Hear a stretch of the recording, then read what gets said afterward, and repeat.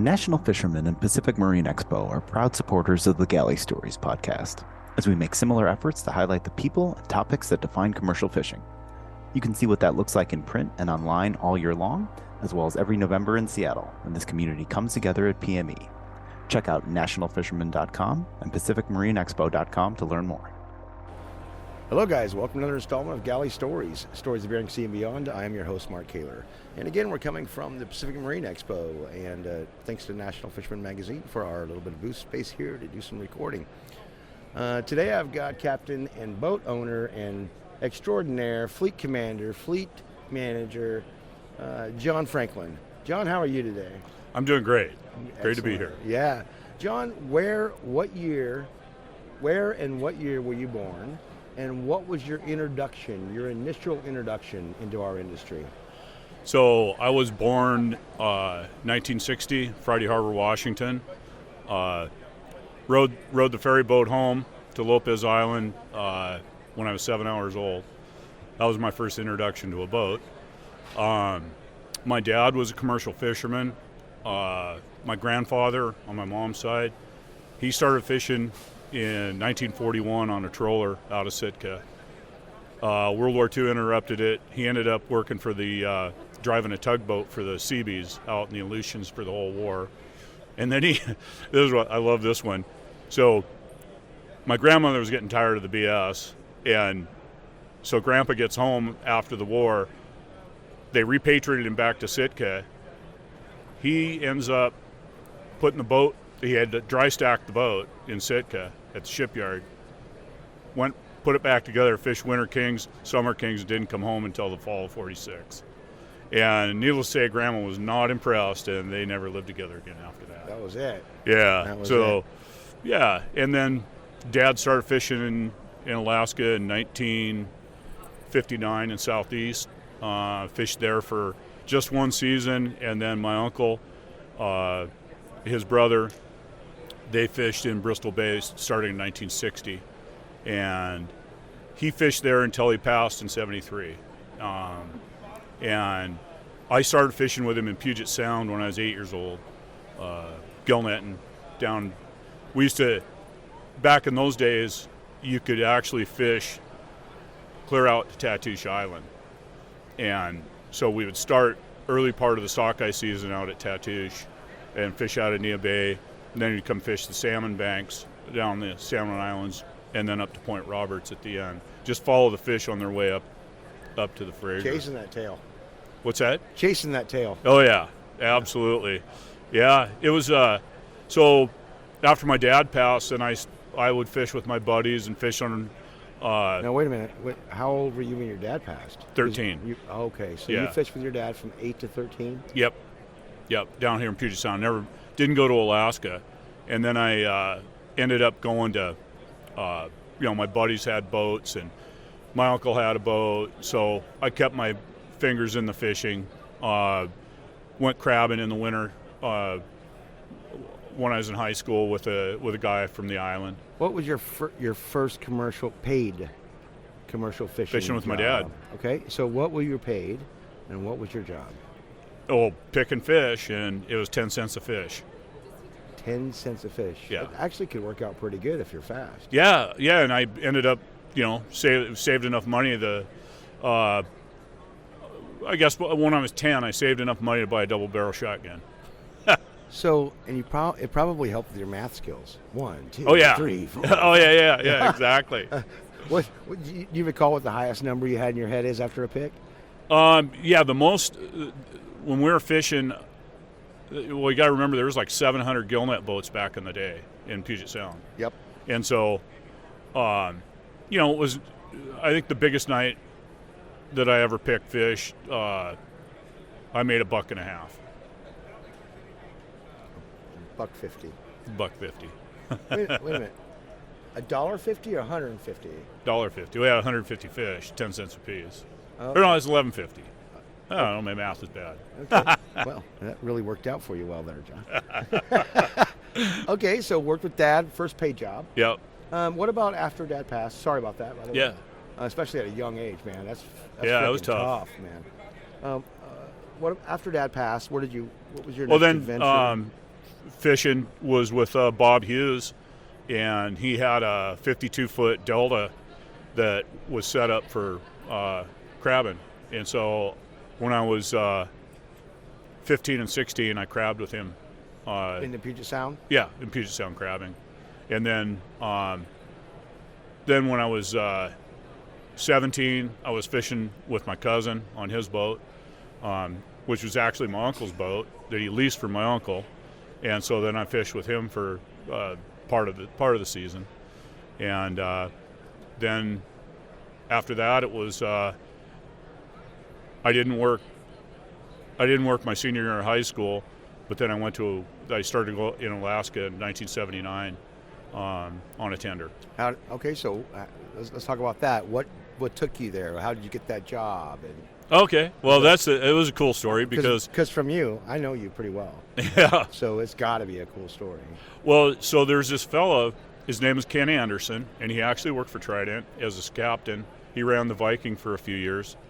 Ken Anderson wanted to build a tuna boat, and there was a fellow on Lopez that was a shipwright, and so they decided that they were going to build this boat. So he brought the Power Scout Erling Jr., which is now the Otter, to Lopez Island and was staying on it.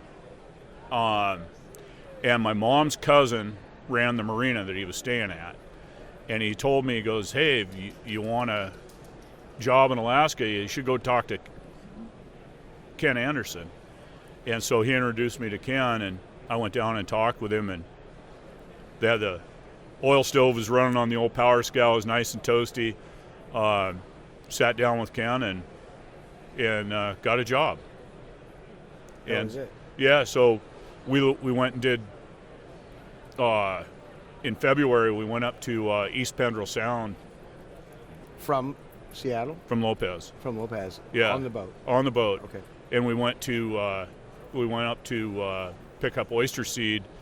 It was East Point Seafoods, which had 2 oyster plants down in Willapa.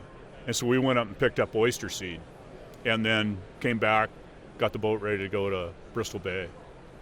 Okay. Let's keep going. Yeah. What was the next adventure? Well, How long was that one? And that was about 2.5 weeks, because they had a big storm blew through there, and they have all the oyster shells. They're drilled, just an oyster shell with a hole drilled, and they're strung like a necklace, and they're hung from rafts. Well, the storm came in, blew the rafts up, so they're dredging the oyster shell, which had the spat or the baby oysters on it, with air suction dredges. So these shells with the holes in them, that's where they're growing the new oysters? Yeah, so they set them in these bays, and during the spawning season, which I believe is usually, July, August, water temp gets up, and the whole bay just gets full of spawn, and it just gets onto everything. And they stick real well to those shells? Yeah, they're free swimming, but they're attracted to anything hard that they can attach to. So they attach to that shell, and the reason that they use the shell is that it's natural. When they spread it out in the oyster bed, they spread it out, and they were averaging like 16 spat per little shell, and they were Philippine oyster shells, so they're about 3-inch diameter. How do they grow on that? They just latch onto it, and they're just a filter feeder. And then, but you're saying there's 16 of them per initial oyster shell. And then back in the day, they'd let them get to a certain size, and they would drag like a farmer's harrow over them to bust them up once the shells were to each other at that point. Yeah, because a cluster oyster isn't worth as much money, and they're harder to monkey with. Yeah. Okay. Yeah. Okay. Yeah. That's how I've never had anybody describe that kind of a fishery here, actually. Yeah, it is very well. I mean, it's not unique, but yeah, there's not a lot of people in our industry that do it. especially old school like that. When we got the Gale, our boat, originally, we had taken a trip up to Penn Cove, and they had a bunch of those. Yeah, we're all the way. The mussels were growing. Yeah. Yeah, and we feasted. Oh yeah. We didn't take them out of the deals, right? Yeah, you didn't. That You was didn't. my You didn't poach thought. them. But Stephanie just took the Easy pickings. paddleboard ashore because that whole beach is just covered with them. Loaded. Yeah. So not to get off your topic, but so all right, where did you go next, John? What was the next adventure? Then when we brought the boat back, then I stayed on the boat, and we were tied up at Lake Union Dry Dock, and we were doing, annual maintenance, hauled the boat, tore all the sea chests out or apart, made sure all the sea chests were in good shape. Boat got corked. It was an 80-foot power scow. It was originally called the Captain O'Brien, and then Erling Bendixson bought it and renamed it the Erling Jr. for his son. And it was a beautiful old boat, and it was a flat bottom scow. It wasn't built as a war scow. It was a post-war. Right. John, I know you're a big boat guy, so a lot of our listeners, some, especially the ones that are just now learning about the podcast and tuning in, they won't know the difference between a scow. So let's describe it. Yeah. So power scow is basically a very shallow V or flat bottom, basically a barge. Some of them had a bow, some of them didn't. Very unique to the West Coast. Shallow and flat? Shallow and flat. Twin screw, so they had two skegs. They could go dry, and they were built really heavy. They built most of the scows had at least 3-inch thick planking, and some of them, like the 105s, I think it was 4-inch on the bottom and 3 on the sides. And so there was the cannery-built scows, there was the war-built scows, which in World War II, they built an 86-footer and they built a 105-footer. And there's a lot of the 86s, and they used them predominantly in the Aleutian Islands, and they were lighters for freight, hauling freight in from the cargo ships to the beaches, because they could beach them and go dry and then offload it, wait till the tide came in, or if they had a dock facility that didn't go out very far, they could just shuttle it back and forth. And that's the Aleutians don't have a huge tide change, so not like a Bristol Bay. Not like Bristol Bay, yeah. It's just a few feet. But yeah, so the 86 was kind of the standard, and they built the 105s, and there's only, I think that I know of, there's maybe only 2 of those left. Lois Anderson is still running, and the Deer Harbor 2 are the only 2 that left. But there's still a handful of the 86s around. They were built tough, right? Tough. Yeah. I mean, they were one of the toughest wood boats you've ever seen. Yeah. Okay, thanks for describing that. So let's move on about the next adventure. Where did you go? Well, so that was go to Bristol Bay, and so we loaded with freight. We loaded a whole bunch of dock material, pilings, planking, joisting, and then put we put a 2.5-ton truck on it. And when we left the locks, we were actually decks awash in the lake. What? And then in calm water, your deck's awash? Yeah. And you're gonna head into open sea? Well, yeah, because you go in the salt water and the boat comes out. Oh yeah, more buoyant. Yeah, more buoyant. Yeah. I mean, we literally came up and it was right at the bottom of the guards.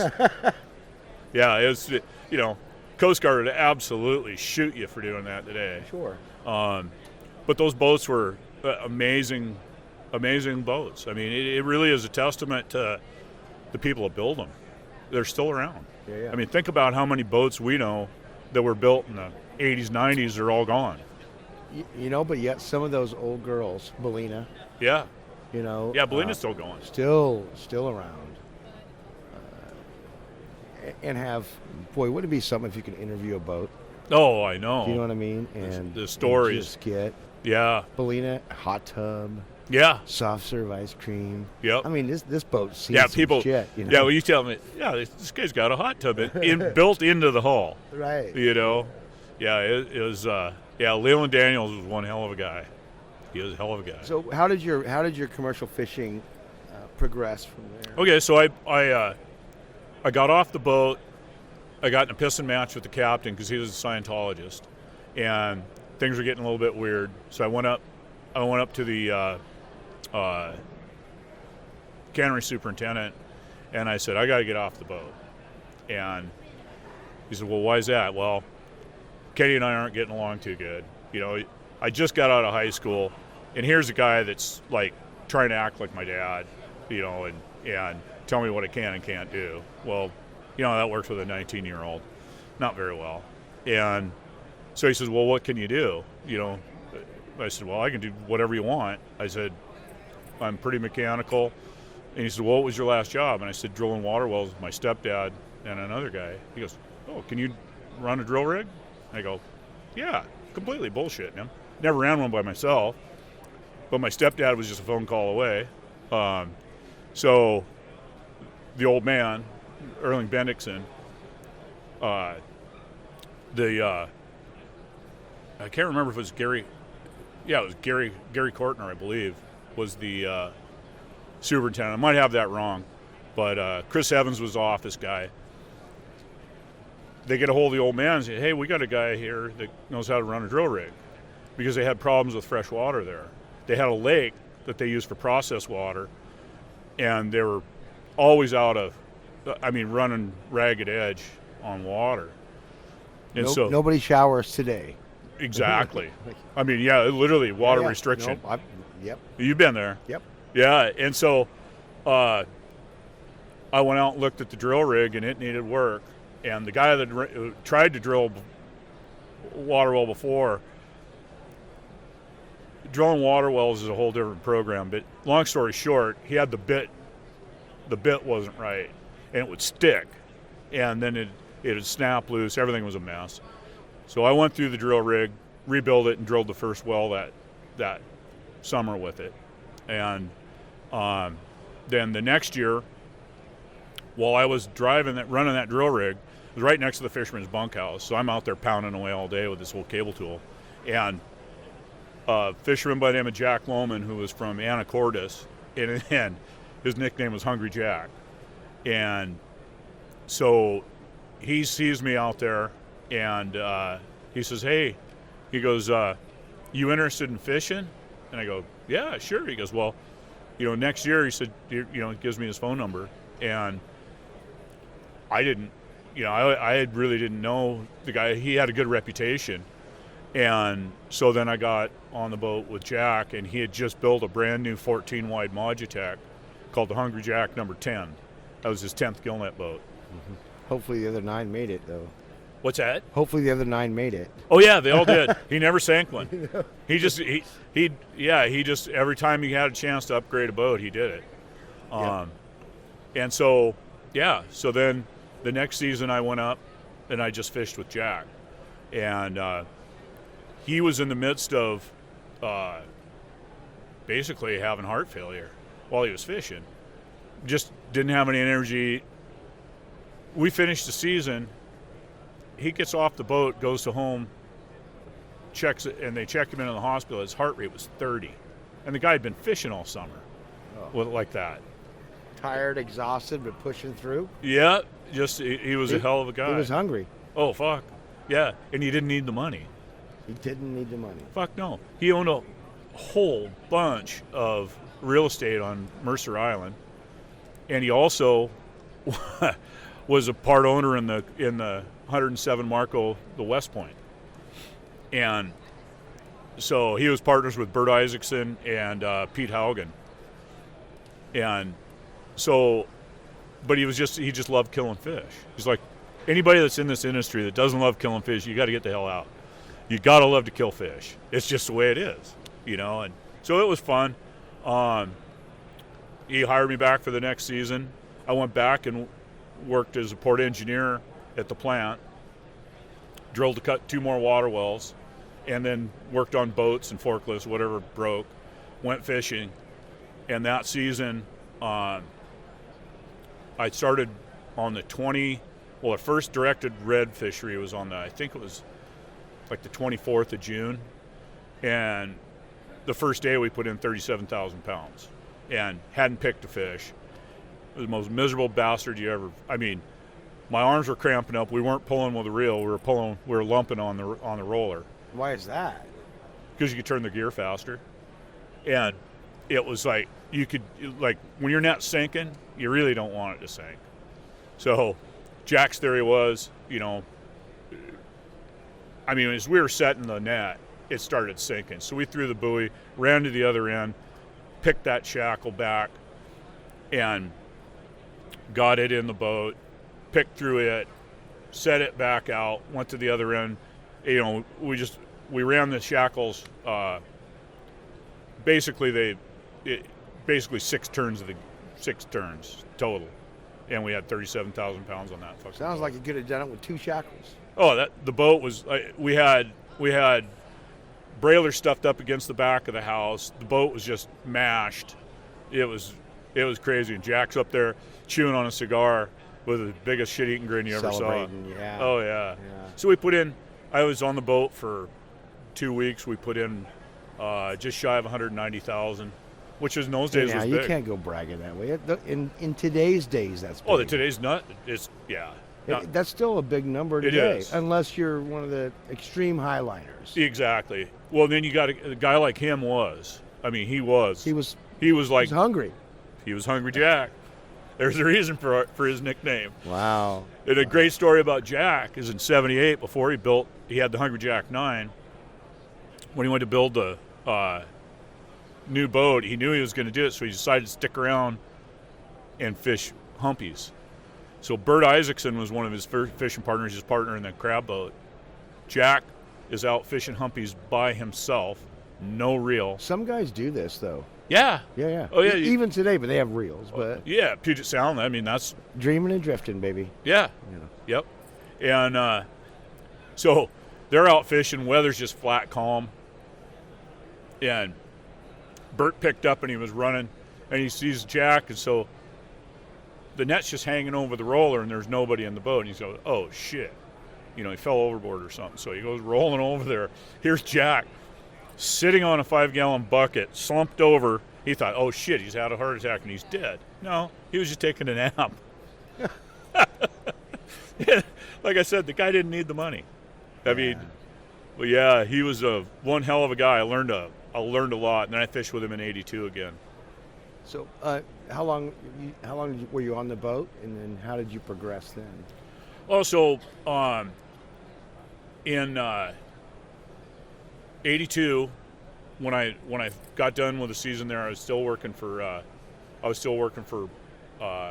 East Point Queen Fisheries, and so I got back to the plant from. By then we were at Peterson Point, and so we got back. I flew back to Dillingham, got out to the Queen, and was back working as a port engineer, drilling water wells and screwing around. And Kenny Anderson, who I had quit in '79, comes up and he says, hey, I want to go tuna fishing. He had bought a boat instead of building one. He goes, I want you to run the Erling Junior, as he didn't trust the crew that he had on the boat, anybody to run it. And he goes, I know you know how to drive a boat. And I said, well, yeah, I'd be glad to. And so we go up to the office, and Kenny tells the old man, I want Franklin here to run the Erling home. He'll finish out the season, and I want, 'cause that was, and he made a deal with Kenny. He said, okay. And he says, what do I have to pay him? He goes, same rate as you paying anybody else. Which in the day was $200 a day. Jesus, I thought I was rich. That was good money. Cha-ching. Yeah. And so Kenny takes off. I get on the boat. We do some gravel runs. We go down to Ecock Beach with a barge and a backhoe and some ramps, and we'd load on the beach the backhoe, put 60, 80 yards of gravel on it, and wait for the tide to come back in and take it up, and then we'd bucket it off about half a yard at a time and into an old beat up, like a 1962 Ford 5-yard dump truck. Yeah, it was skull and crossbones all the way. Nice, skull and crossbones.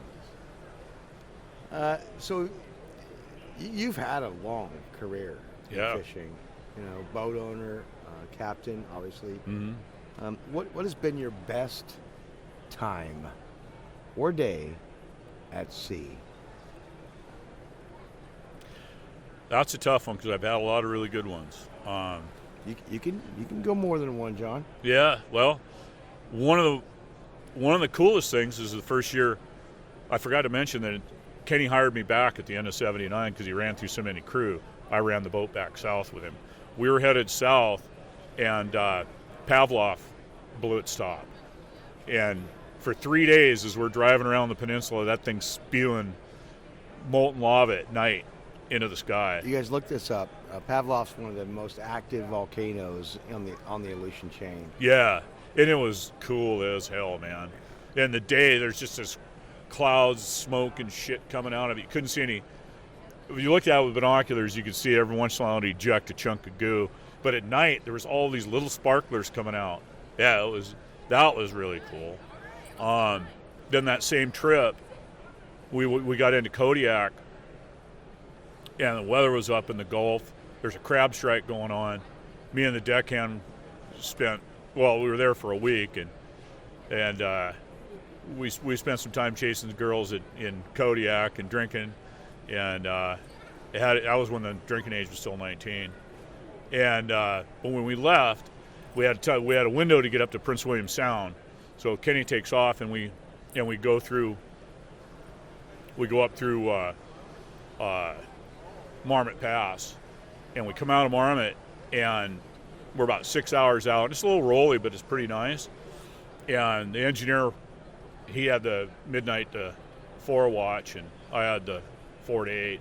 So he comes and gets me, and I get up, and sitting there on watch, and I walk out on the bridge wing, and I look back, and I could see all this splashing behind me. And I said, "Man, what the hell is that?" I grabbed the binoculars. Look, it's all these dolphin. I mean, hundreds of them. And they came up right behind us on either side of us. My estimate is there was at least 400 of them. And they were playing in the bow wake, they're playing in the stern wake, and they stayed with us for like 45 minutes. Oh, wow. And I mean, you don't see that shit on a cruise ship.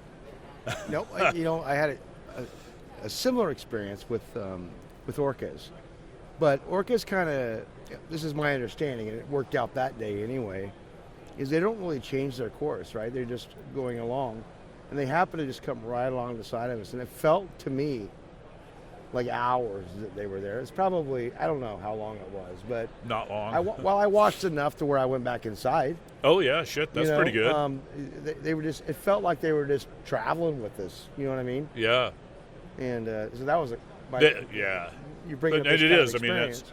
it's like it's the thing that have, I mean, all the stupid shit that I did to decide, run the boat through the Gulf and Bering Sea and whatnot.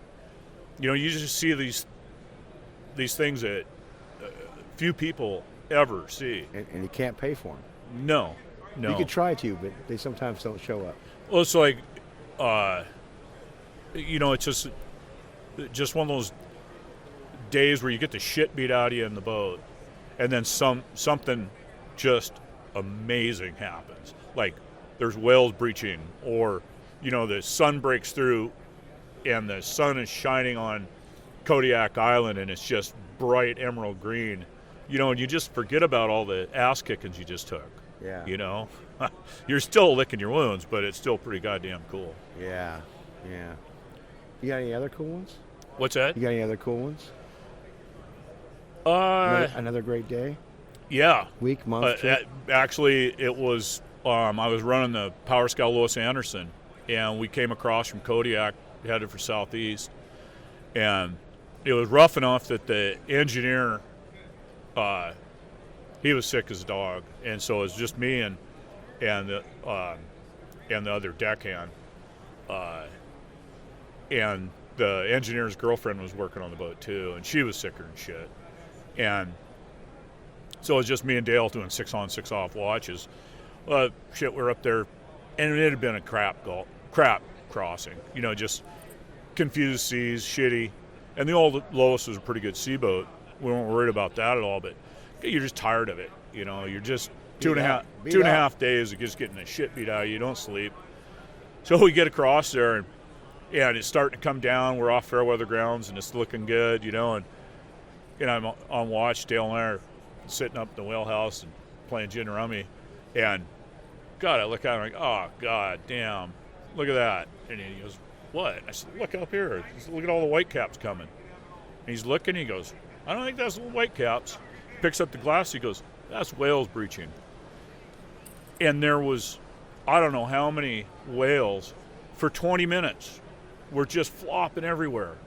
And you just like instantly forgot the last 2.5 days. I'm sensing your greatest moments at sea involve wildlife. And I've known you for a while, and I would have never suspected your greatest moments at sea were wildlife. Yeah. I mean, that's awesome.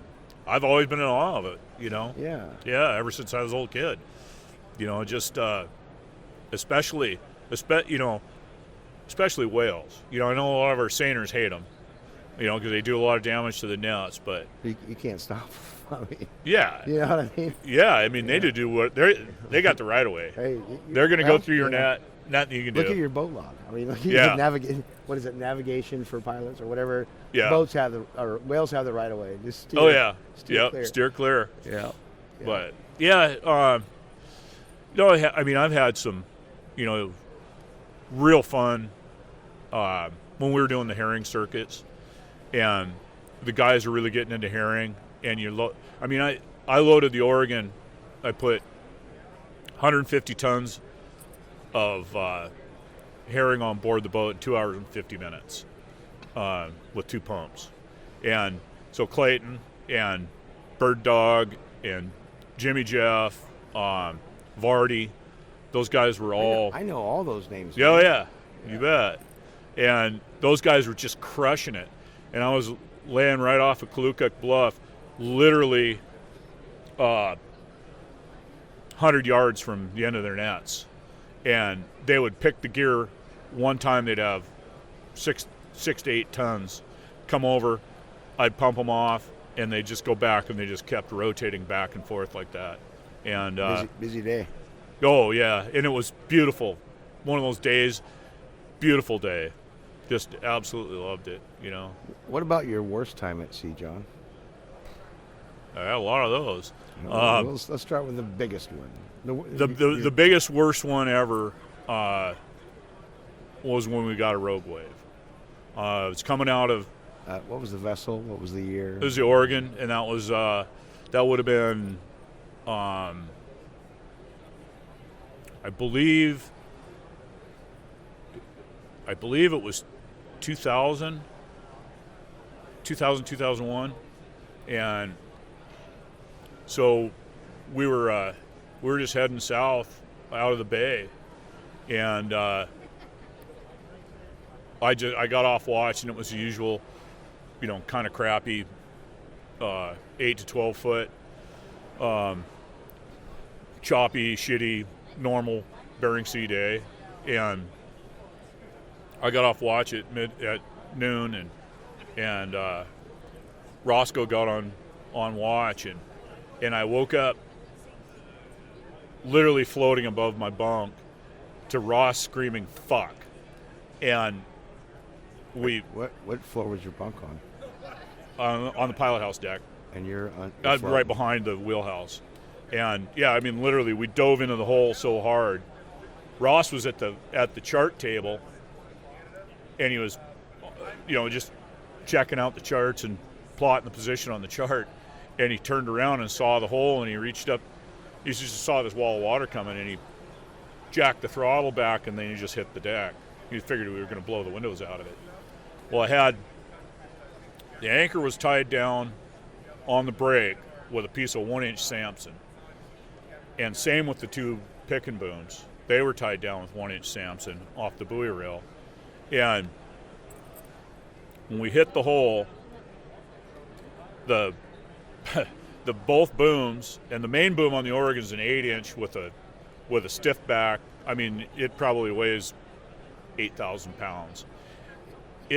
Everything broke loose, slammed the back of the mast, blew the SATCOM antenna off. It's dangling by the frickin' coax. Yeah. And then the anchor, we were at such an angle when the wave broke on the bow of the boat that it busted that line and pulled 60 feet of chain down. And, I mean, it was the most violent stop I've ever had in a boat. I mean, just, making 7.5 knots to nothing and just shit everywhere. I mean, I'd heard stories, of guys that had been crabbing and got hit by rogue waves and I believed them, but until you get hit with something like that. And I asked Ross, I said, how big do you think that thing was? He goes, it had to have been 35 feet, Just out of the blue. Out of the blue. It's like, how the hell does that shit happen? But it does. Mother Nature. Mother Nature, man. Just when you think you got it figured out, you're going to get whacked. Yeah. Put back in your place. Let me show you something. Let me show you something, Junior. What has the sea given to you, John? That was giving me a hell of a good life. Cost me 2 marriages, but no, we'll get to the cost. But what is it?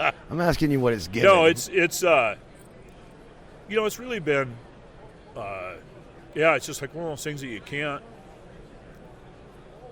When you're born into it, I'm 3rd generation in it. It's just in your blood. I didn't know how long I'd make it when I started fishing. Next thing I know, it's 10 years. When I was 23, I bought into a boat with a buddy of mine, and then the next thing you know, I'm buying the Oregon, and just moving on, and it's given me really an opportunity.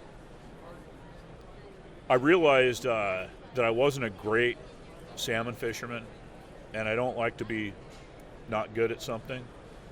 I realized I was a way better tenderman than I was a fisherman, and that's why I chose the path that I'm on now. But it's allowed me to affect more people by being a tenderman than whatever. I mean, you know how it is. I mean, how many hundreds of boats that we serviced and whatnot. And it's always that one of my greatest joys is helping people when their boat breaks and they need help. I had aluminum welders on the boat. I got all the tools. You get a guy fixed up and so he can continue to fish. He doesn't have to quit. And that's my greatest joy, is helping people. And that's why I took the job as a fleet manager. It's like, well, shit, I can make kind of the entire job, right? Yeah. You're like the fireman. Yeah. You're just fixing. Exactly. And I've always been mechanical, and I've broke everything you can possibly break on a boat. So, I've got a really strong background in repair of, people's boats. You break it, I fix it. Yeah, exactly. What besides the 2 marriages, John? Mm-hmm. What else has she taken away from you? A lot of time at home. There's a lot of things that I miss every summer, but in the big scheme of things, because where I live on Lopez, it's heavily touristed in the summer, and I don't miss that at all. It's a beautiful time of the year to be there. Missed out on a lot of stuff with my kids and over the years, but it's more of a, if you look at it as my life as a balance sheet, it's in the black. Yeah. Any of your kids continuing on? No. No, they're no. my one daughter's she's a pharmacist assistant, and my other daughter is early childhood development teacher. Okay. So, yeah, no sons to carry it on. Women can do it too. Oh, absolutely. It's been proven many times. Yeah, my youngest daughter, she loves being on the boat as long as the weather's good. Oh, gotcha. Any advice for someone coming into the industry? Yeah. Here's a good story for you. So, a friend of mine from home, he was fishing up in Southeast, and we were at the Sourdough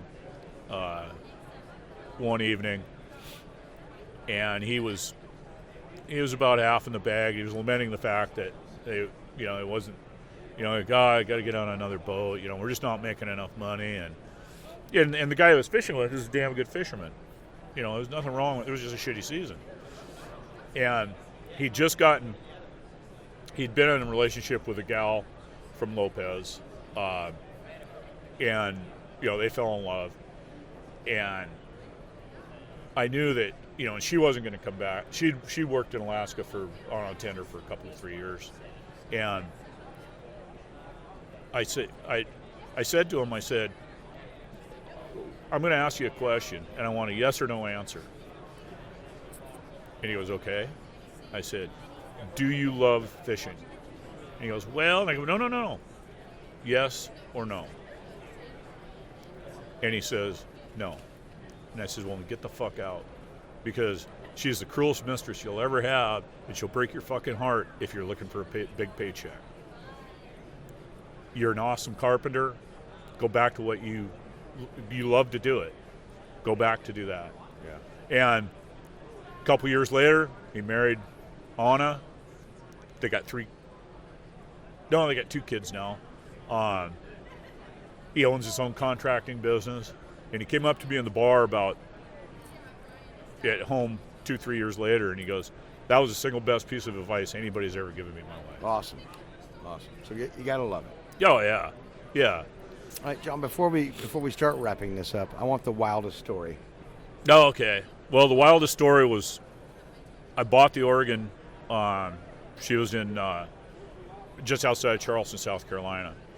And so went down there with Roscoe, and we started working on the boat, getting it ready. And then my brother-in-law and my brother-in-law's brother came, and we jumped on the boat, took off. So in the meantime, the engine that was in it was an Enterprise, which is a direct reversible, 600 horsepower, 400 RPM, 37,800 pounds iron. Big old thing. You don't find parts for them everywhere. Well, a guy from Lopez Island was in the Dominican Republic with a freight boat with the same base engine with a busted crank. So he had all these spares. He had an ad in Boats and Harbors for Enterprise parts. So I looked at him and went, shit, that's on the way. I mean, just a little detour, And so I call. I didn't know it was Joe, but I call and this Dominican gal answers the phone. She goes, "Oh, you want Captain Joe? I give him your phone number, and he call you back." Okay, great. So about 3 days, she said he's at sea, and he comes back, goes and checks in with his ship's agent. She gives him my phone number.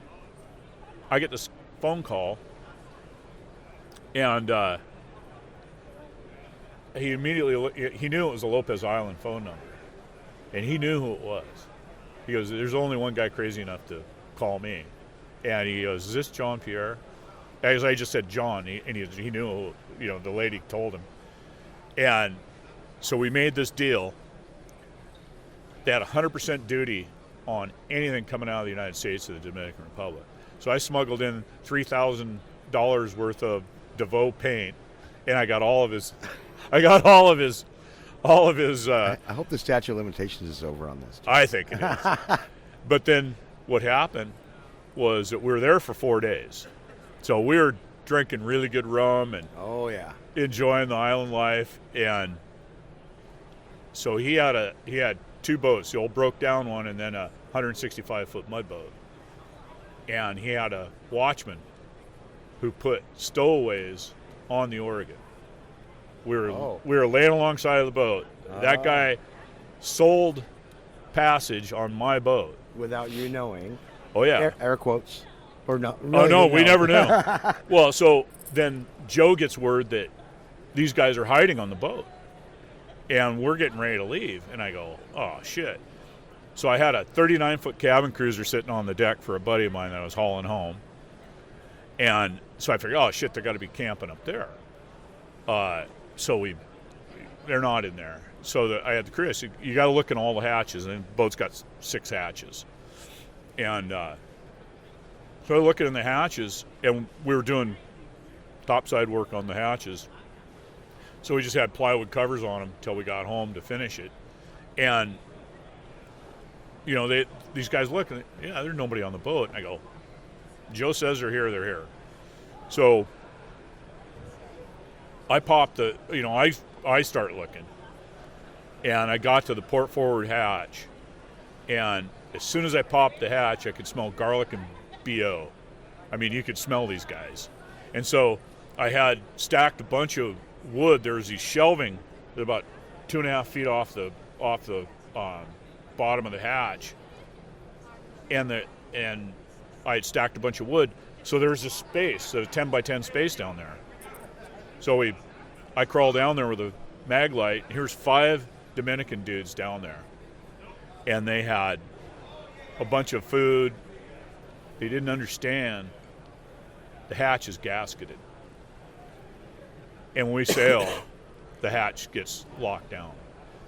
So we get them up out of there, and the first guy coming out swings at us. He's going to try to escape, right? So we subdue that guy. The next guys are okay, so we separate them, try to get their story. And Joe says, "Well, I gotta go get the Marine de Guerre, which is the Navy guy who he knew." So he goes over there, and the guy goes, "Oh, where you got him?" He goes, "Well, they're just on deck right now." And he goes, "You got a place to lock them up?" And he goes, "Yeah." He goes, "You can put them back in the hatch they come out of." It's in the hatches. So we started putting them down the hatches. Well, the ones with the temporaries just have plywood lids on them. So we stick them down there, and as we're pulling the chains, we got one guy in the head up on the pilot house deck. We got him locked in there, and the other guys there. He goes, "Let them suffer overnight. I'll come get them tomorrow." It was Friday evening. So we're pulling the chains to chain the hatches down, and these guys start popping up like jack-in-the-boxes. And the push rods on an Enterprise are about 3 feet long, about 1.5 inch diameter chrome moly pipe. They're like the perfect weapon. And so the badass guy that swung on us first, he comes up, and he's swinging, and so my brother-in-laws are there. This whole thing just turns into this Donnybrook Shit show. And so the one guy comes out and he swings at Roscoe, and Roscoe pops him a good one, and the guy drops his pipe, and he scurries over there. Sailboat tied off our port quarter. He jumps over there, is beating the shit out of this guy. He rolls off into the water, swims for it. Chip, this friend of Joe's, is there. He's like 6'7". This guy swings on him. He literally stops it, grabs it with his fist, jerks it out of the guy's hand, tees off, and breaks the guy's knee right there. Yeah. So the guy got one leg, he bounces over the side. He swims for it. Well, the guy that pops up in front of me, I grab him in a chokehold. And I said, "Just chill out. And he's like, he reaches over to because he's sitting on my left side. I got him in the left chokehold, and he reaches over there to mash my fucking nuts. All he got was air because I wasn't wearing belt at the time, and my Levi's saved my nuts. So we get this guy. We get them all subdued, and I felt sorry for them because these guys are just trying to get out. Yeah. they're trying to get the fuck out of there. It's a shithole. But they would have died. They would have died. And Yeah, I 100%. I explained to them. I said, dude, do you realize that hatch has a rubber gasket, and once that thing goes down, you guys have just all gone to sleep. So just a matter of time. And I'd have had a boat full of dead bodies when I got to San Diego and went through customs. You wouldn't have smelled BO and garlic. Yeah, You know, 80 degree. They should be very thankful. Very thankful. Yep. But it cost me $400 to buy my way out of jail. They threw us all in jail. Listen, I'm sure it was worth it for the trip. We're you there had every down $400. And Joe, he's such a smart ass. He goes, so they took us and threw us in the clink. And I said, how long are we going to be? He said, could be all weekend. My buddy doesn't come back until Monday. And I go, oh, shit. And generator set running. It's going to run out of fuel. You know, got food in the freezer. You know, just all the shit going through your mind. As a captain, yeah, you got. Oh, yeah. And so Joe goes in and talks to the guy. They actually sent us back to the boat, and they put a guard on the boat with us in case the guys fucked with us. Oh, and one of the things, they were shooting a flare gun from the beach at us. Trying to set you on fire. Oh, yeah, it was fucked up. They'd have no idea you saved their lives. Yeah. And you know what? Well, we beat the locals you, up. Buddy. Yeah. Yeah, we beat the local guys up, and they weren't happy. But, yeah, and so Joe says he comes back out. We're sitting on this really nice bench outside the Marina Guerra office and just chilling out. And he goes, now I want you to look pissed off because they're watching. And I said, why is that? He goes, because I'm going to tell you how much they want and act like it's just way too fucking much money. Okay, what is it? $400. And I'm like, geez, you know, they raised hell, and you know, and he says, just get, you know, Just you give got me the $400. Yeah, just give me the $400. I gave him the $400. Little did you know, Joe got $100 of that. It was like, Yeah, I could have, knowing Joe. But yeah, so that was wild. So we got out of there. That was a great one. Yeah. Oh, fuck. John, thanks for taking the time, man. Do you have any final My thoughts? pleasure. Anything you want to impart upon this universe out here? Yeah. This industry needs young guys that want to bust their balls and get places. And it's an industry that you can still do that in. And you can even have a small amount of training in any trade, and it will help boost you. Absolutely. If you know anything about mechanics, hydraulics, electrical, refrigeration. Carpentry. Yeah, carpentry. Yep. Fiberglassing. Yep. Steelwork, welding. Yep. There's anybody, if you have a love of the sea, it's... Or want to find out if you do. Yeah, exactly. And, you know, you get... I'm not saying that, you know, you're going to come out of it first year making a pile of money, but if Alaska's something that's on your mind, you know, as a young person, male or female, doesn't matter, come up to Seattle, anybody can get a job right now. Well, the industry's hurting. You can apply from home for a processing job. Yeah, for process, if you want to get into processing. Yeah. It's a way to Alaska. I took my first job as a processor to get to the state. Do you know what I mean? To get to the... I had always wanted to be there, or felt like I wanted to do that. Now, I wasn't even the one that got me the job, but I got the job and went, and I've been there ever since, except for a few years, you know. When I so what year was the first year you went up? 1992. 92. Yeah, right on. Yep. That was when I was in the fight in the Puerto Plata, Dominican You were Republic. doing that, and I was pulling guts. Yeah. Yeah. Yeah. We were beating up the locals. But yet here we are. And I did get some nice rum out of it though. I bet. Oh, dude. Yeah. $2.20 a bottle for aged rum. $3,000 worth of contraband paint. Yeah. 72 bottles of rum. Pretty close. On the wall. Oh yeah. All right, John. Well, thanks All for right, buddy. taking the time. Yeah. We're gonna have to do a follow-up too. Yeah. Because I'm gonna want. Here's what I'm thinking about, guys. Right in on this. I'm thinking about doing a Galley Stories After Dark. Just one episode, that only records the stuff that we're not gonna put in the open. So give that some thought. Otherwise, John, thanks for being here. And Yeah, man, my pleasure. Thanks for freaking listening. If you want to support us, hit that Gear Store tab on the bottom of the episode, and just buy something. Don't be bashful. Be happy. And again, thanks for National Fishermen and Pacific Marine Expo for having us, and Alaska Brewing Company for being my sponsor. So thanks, guys, and we will see you next time. Thanks for listening to Galley Stories. We hope you like what the net brought in. Please leave us a review on iTunes. Whether you like it or not, we're not fishing for compliments. Look us up on Facebook and Twitter too, and reach out to us at galleystories@gmail.com.